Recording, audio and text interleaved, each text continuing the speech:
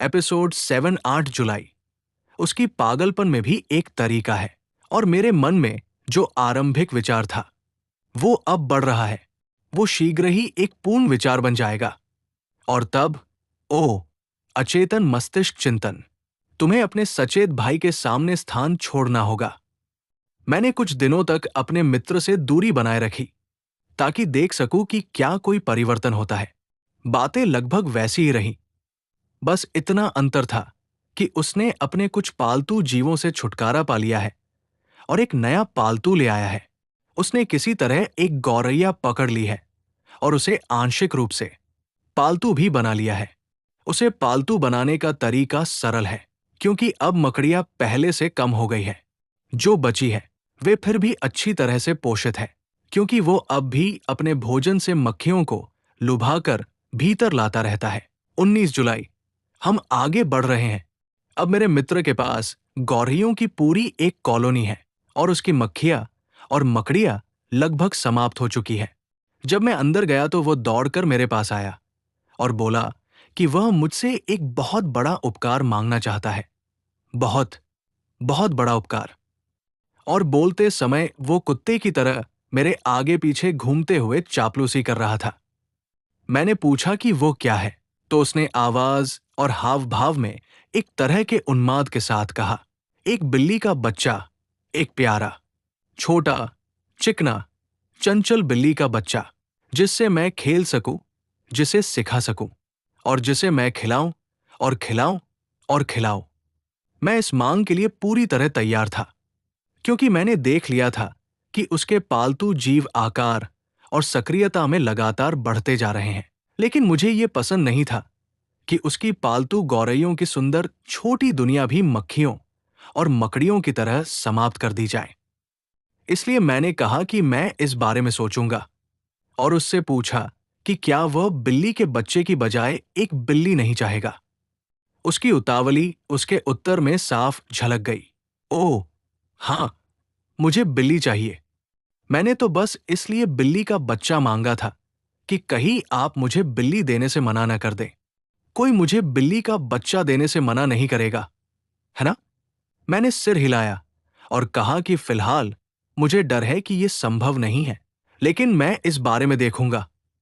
उसका चेहरा उतर गया और उसमें मुझे खतरे की चेतावनी दिखाई दी, क्योंकि उसकी आंखों में अचानक एक उग्र, तिरछी नजर आ गई, जिसका अर्थ था मार डालना।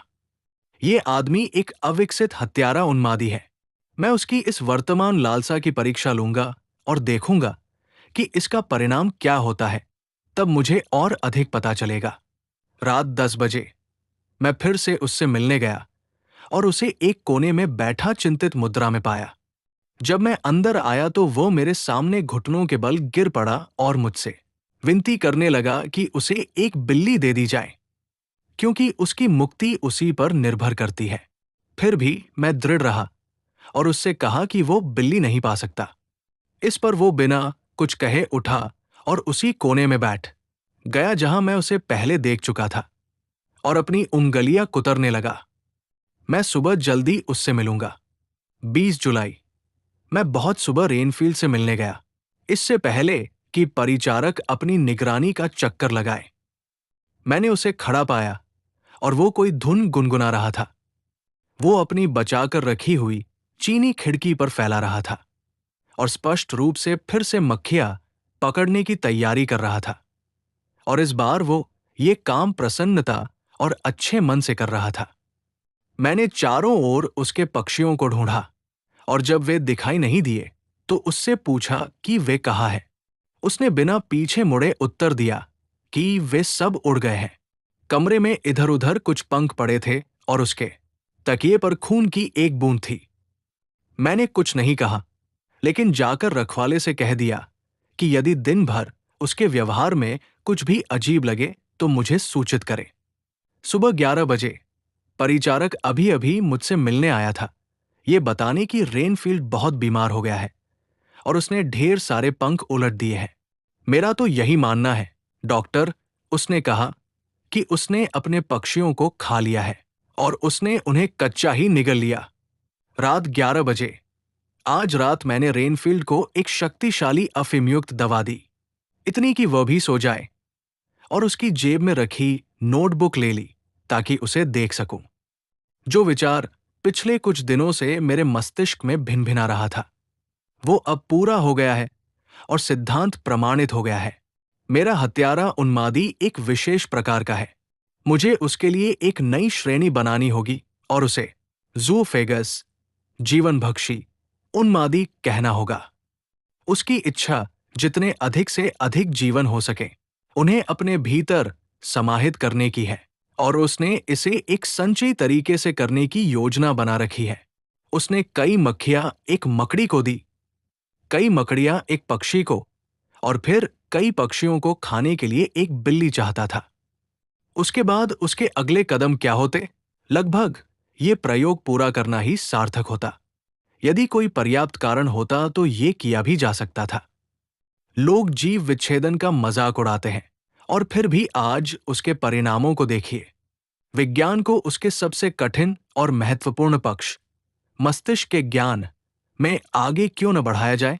यदि मेरे पास ऐसे किसी एक मन का रहस्य भी होता, यदि मैं किसी एक पागल की कल्पना की कुंजी भी पकड़ पाता, तो मैं अपनी शाखा के विज्ञान को उस ऊंचाई तक पहुंचा सकता था जिसके सामने बर्डन सैंडरसन की शरीर क्रिया विज्ञान या फेरियर का मस्तिष्क ज्ञान कुछ भी न होता।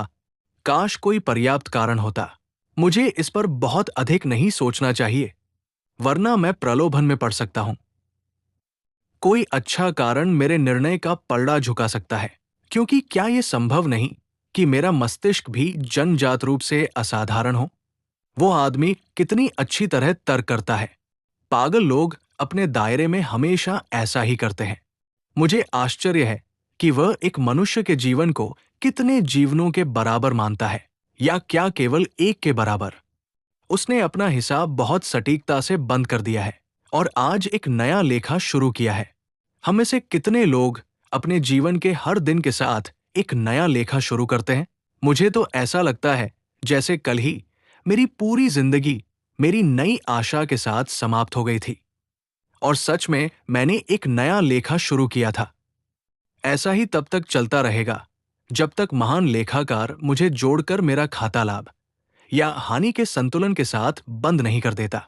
ओह लूसी, लूसी, मैं न तुमसे नाराज हो सकता हूं, नहीं उस मित्र से जिसकी खुशी तुम्हारी खुशी है, लेकिन मुझे केवल निराशा में प्रतीक्षा करनी होगी और काम करना होगा। काम, काम। यदि मुझे भी अपने उस गरीब पागल मित्र की तरह कोई इतना ही सशक्त कारण मिल जाए, एक अच्छा निस्वार्थ कारण जो मुझे काम करने के लिए प्रेरित करे, तो वही सच्चा सुख होगा। मीना मरे की डायरी, 26 जुलाई। मैं बहुत बेचैन हूं, और यहां अपने मन की बात लिखकर कुछ शांति मिलती है। ये ऐसा है जैसे अल्फा खुद से फुसफुसाना और उसी समय खुद ही सुनना, और शॉर्टहैंड के चिन्हों में कुछ ऐसा है जो इसे साधारण लिखने से अलग बना देता है। मैं लूसी और जोनाथन दोनों के बारे में दुखी हूं। काफी समय से मुझे जोनाथन की कोई खबर नहीं मिली थी और मैं बहुत चिंतित थी। लेकिन कल प्रिय मिस्टर हॉकिंस, जो हमेशा इतने दयालु रहते हैं, ने मुझे उसका एक पत्र भेजा। मैंने उनसे लिखकर पूछा था कि क्या उन्हें कोई समाचार मिला है, और उन्होंने बताया कि संलग्न पत्र अभी अभी प्राप्त हुआ है। वो केवल एक पंक्ति का है, कैसल ड्रैकुला से दिनांकित, और उसमें लिखा है कि वो बस घर के लिए रवाना हो रहा है। ये जोनाथन जैसा नहीं है। मैं इसे समझ नहीं पा रही हूं, और ये मुझे असहज कर रहा है। फिर लूसी भी, हालांकि वो देखने में बहुत स्वस्थ है, हाल के दिनों में फिर से अपनी पुरानी आदत, नींद में चलने की ओर लौट आई है। उसकी मां ने इस बारे में मुझसे बात की है, और हमने तय किया है कि मैं हर रात हमारे कमरे का दरवाजा बंद करके ताला लगा दूंगी। मिसेस वेस्टना का मानना है कि नींद में चलने वाले लोग हमेशा घरों की छतों पर या चट्टानों के किनारों पर चले जाते हैं, और फिर अचानक जागकर ऐसी हताश चीख के साथ गिर पड़ते हैं जिसकी गूंज हर जगह सुनाई देती है। बेचारी, वो स्वाभाविक रूप से लूसी के लिए चिंतित है, और उन्होंने मुझे बताया कि उनके पति, लूसी के पिता, को भी यही आदत थी। यदि उन्हें रोका न जाता तो वे रात में उठकर कपड़े पहनते और बाहर चले जाते थे। लूसी की शादी शरद ऋतु में होने वाली है और वो अभी से अपने कपड़ों और घर की साज सज्जा की योजनाएं बना रही है। मुझे उससे सहानुभूति है क्योंकि मैं भी ऐसा ही करती हूं। बस इतना अंतर है कि जोनाथन और मैं जीवन की शुरुआत बहुत सादे ढंग से करेंगे और हमें अपनी आय व्यय का संतुलन बनाने की कोशिश करनी होगी। मिस्टर होल्मवुड, वे माननीय आर्थर होल्मवुड हैं, लॉर्ड गोडाल्मिंग के एकमात्र पुत्र, बहुत जल्द यहां आने वाले हैं, जैसे ही वे नगर छोड़ सकें, क्योंकि उनके पिता की तबीयत ठीक नहीं है। मुझे लगता है कि प्रिय लूसी उनके आने की घड़ियां गिन रही है। वो उन्हें कब्रिस्तान की चट्टान पर बनी सीट तक ले जाना चाहती है और व्हिटबी की सुंदरता दिखाना चाहती है। संभवतः यही प्रतीक्षा उसे व्याकुल कर रही है। उनके आते ही वो ठीक हो जाएगी। 27 जुलाई, जोनाथन से कोई समाचार नहीं। मैं उसके बारे में बहुत बेचैन होने लगी हूं, हालांकि मुझे खुद नहीं पता क्यों, लेकिन मैं सचमुच चाहती हूं कि वह लिखे, चाहे केवल एक पंक्ति ही क्यों न हो। लूसी पहले से भी अधिक नींद में चल रही है और हर रात मैं उसके कमरे में इधर उधर घूमने से जाग जाती हूं। सौभाग्य से मौसम इतना गर्म है कि उसे ठंड नहीं लग सकती। फिर भी लगातार चिंता और बार बार नींद टूटने का असर मुझ पर पड़ने लगा है और मैं खुद भी घबराई और बेचैन रहने लगी हूं। भगवान का शुक्र है कि लूसी की सेहत ठीक बनी हुई है। मिस्टर होल्मवुड को अचानक रिंग जाना पड़ा है अपने पिता से मिलने, जो गंभीर रूप से बीमार हो गए हैं। लूसी को उनसे मिलने में हुई देरी का दुख है, लेकिन इसका उसके रूप पर कोई असर नहीं पड़ा है। वो कुछ और भर गई है और उसके गाल सुंदर गुलाबी हो गए हैं। उसका पहले वाला रक्ताल्पता वाला रूप अब नहीं रहा। मैं प्रार्थना करती हूं कि ये सब ऐसे ही बना रहे। 3 अगस्त, एक और सप्ताह बीत गया और जोनाथन से कोई खबर नहीं, यहां तक कि मिस्टर हॉकिंस को भी नहीं, जिनसे मुझे समाचार मिला है। ओह, मुझे आशा है कि वो बीमार नहीं होगा। यदि ऐसा होता तो वो जरूर लिखता। मैं उसके आखिरी पत्र को बार बार देखती हूं, लेकिन किसी तरह वो मुझे संतुष्ट नहीं करता। वो जोनाथन जैसा नहीं लगता और फिर भी लिखावट उसकी ही है, इसमें कोई संदेह नहीं। पिछले सप्ताह लूसी ने नींद में बहुत कम चलना किया है, लेकिन उसके भीतर एक अजीब सी एकाग्रता है जिसे मैं समझ नहीं पाती। यहां तक कि नींद में भी वो जैसे मुझे देख रही होती है। वो दरवाजे को खोलने की कोशिश करती है और उसे बंद पाकर कमरे में चाबी ढूंढती फिरती है। 6 अगस्त, और 3 दिन बीत गए और अब भी कोई समाचार नहीं। ये अनिश्चित प्रतीक्षा भयानक होती जा रही है। यदि मुझे बस इतना पता होता कि किसे लिखूं या कहा जाऊं, तो मन कुछ हल्का होता। लेकिन उस आखिरी पत्र के बाद से किसी ने भी जोनाथन के बारे में एक शब्द तक नहीं सुना है। मुझे केवल ईश्वर से धैर्य की प्रार्थना करनी चाहिए।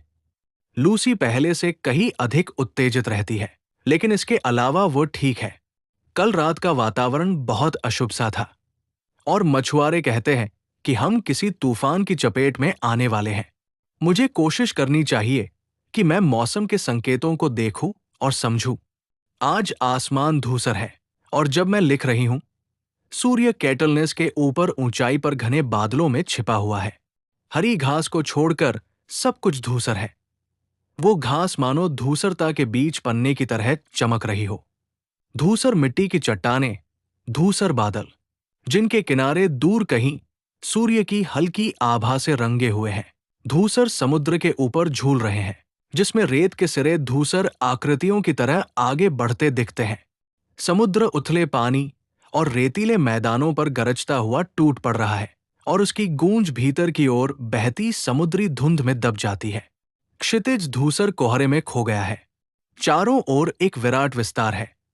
बादल विशाल चट्टानों की तरह ढेरों में जमे हैं और समुद्र के ऊपर एक गूंज सी है जो किसी अनिष्ट की घोषणा जैसी लगती है। इधर उधर तट पर काली आकृतियां दिखाई देती है, कभी कभी आधी धुंध में छिपी हुई, और वे चलते हुए पेड़ों जैसे मनुष्य प्रतीत होती है। मछली पकड़ने वाली नावें घर की ओर दौड़ रही है और बंदरगाह में घुसते समय बड़ी लहरों पर ऊपर नीचे होती हुई आगे बढ़ती है। लो, बूढ़े मिस्टर स्वेल्स आ रहे हैं। वे सीधे मेरी ओर बढ़ रहे हैं और जिस तरह से वे अपनी टोपी उठाते हैं, उससे मैं समझ सकती हूं कि वे मुझसे बात करना चाहते हैं। गरीब बूढ़े आदमी में आए इस परिवर्तन ने मुझे बहुत छू लिया है। जब वे मेरे पास बैठ गए, तो बहुत कोमल स्वर में बोले, मैं आपसे कुछ कहना चाहता हूं। बिटिया, मैं देख सकती थी कि वे असहज है, इसलिए मैंने उनका झुर्रियों भरा हाथ अपने हाथ में ले लिया और उनसे खुलकर बोलने को कहा।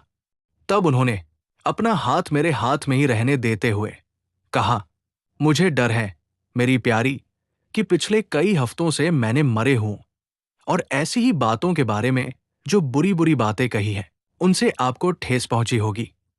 लेकिन मेरा उनका मतलब नहीं था और मैं चाहता हूं कि जब मैं चला जाऊं तो आप ये याद रखें, हम बूढ़े लोग, जिनका एक पांव तो पहले ही कब्र के गड्ढे के पास होता है, इन बातों के बारे में सोचना पसंद नहीं करते और न ही उनसे डरना चाहते हैं। इसलिए मैं उनका मजाक बनाकर अपने दिल को थोड़ा हल्का कर लेता हूं। लेकिन भगवान की कसम, बिटिया, मैं मरने से नहीं डरता, जरा भी नहीं। बस मैं मरना नहीं चाहता यदि इससे बच सकता हूं। अब मेरा समय पास ही होगा, क्योंकि मैं बूढ़ा हूं और 100 साल किसी भी आदमी के लिए बहुत ज्यादा होते हैं। मैं इतना पास हूं कि बूढ़ा मौतिया आदमी अपनी दरांती पहले ही तेज कर रहा है। देखिए, मैं इन बातों पर मजाक करने की आदत एकदम से छोड़ नहीं सकता। जीभ वही बोलेगी जिसकी उसे आदत है। किसी दिन जल्द ही मृत्यु का दूत मेरे लिए अपनी तुरही बजाएगा। लेकिन आप रोना मत, मेरी प्यारी, क्योंकि उन्होंने देखा कि मैं रो रही थी। अगर वो आज ही रात आ जाए, तो मैं उसकी पुकार का उत्तर देने से इनकार नहीं करूंगा, क्योंकि जीवन आखिरकार किसी और चीज की प्रतीक्षा मात्र है और मृत्यु ही वो है जिस पर हम सचमुच भरोसा कर सकते हैं।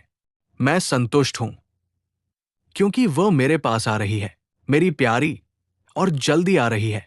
शायद वो उसी हवा में हो जो समुद्र के ऊपर से आ रही है, अपने साथ हानि, विनाश, गहरा दुख और उदास दिल लेकर। देखो, देखो, वे अचानक चिल्लाए। उस हवा में और उस दूर की गर्जना में कुछ ऐसा है जो सुनने, देखने, चखने और सूंघने में मौत जैसा लगता है। ये हवा में है, मैं इसे आते हुए महसूस कर रहा हूं। प्रभु, जब मेरी पुकार आए, तो मुझे प्रसन्नता से उत्तर देने योग्य बनाना। उन्होंने श्रद्धापूर्वक अपने हाथ उठाए और टोपी उतारी। उनके होंठ ऐसे हिल रहे थे जैसे वे प्रार्थना कर रहे हों। कुछ मिनटों की खामोशी के बाद वे उठे, मुझसे हाथ मिलाया, मुझे आशीर्वाद दिया, विदा कहा और लड़खड़ाते हुए चले गए। ये सब मुझे बहुत छू गया और भीतर तक व्यथित कर गया। मुझे खुशी हुई जब तटरक्षक आया, जिसकी बाह के नीचे उसकी दूरबीन थी। वो हमेशा की तरह मुझसे बात करने के लिए रुका, लेकिन पूरे समय उसकी नजर एक अजीब जहाज पर जमी रही। मैं उसे ठीक से समझ नहीं पा रहा। उसने कहा, दिखने में तो वो रूसी लगता है, लेकिन वो सबसे अजीब तरीके से इधर उधर भटक रहा है, जैसे उसे खुद ही पता नहीं कि वो क्या करना चाहता है। लगता है वो तूफान को आते हुए देख रहा है, मगर ये तय नहीं कर पा रहा कि खुले समुद्र में उत्तर की ओर भागे या यही भीतर आ जाए। जरा फिर देखिए, उसे बड़े अजीब ढंग से मोड़ा जा रहा है, क्योंकि वो पतवार पर हाथ की बात नहीं मानता और हवा के हर झोंके के साथ दिशा बदल लेता है। कल इसी समय से पहले हम उसके बारे में और भी सुनेंगे। ये थी आज की कहानी। आगे देखने के लिए बने रहिए फ्यूचर लेंस के साथ।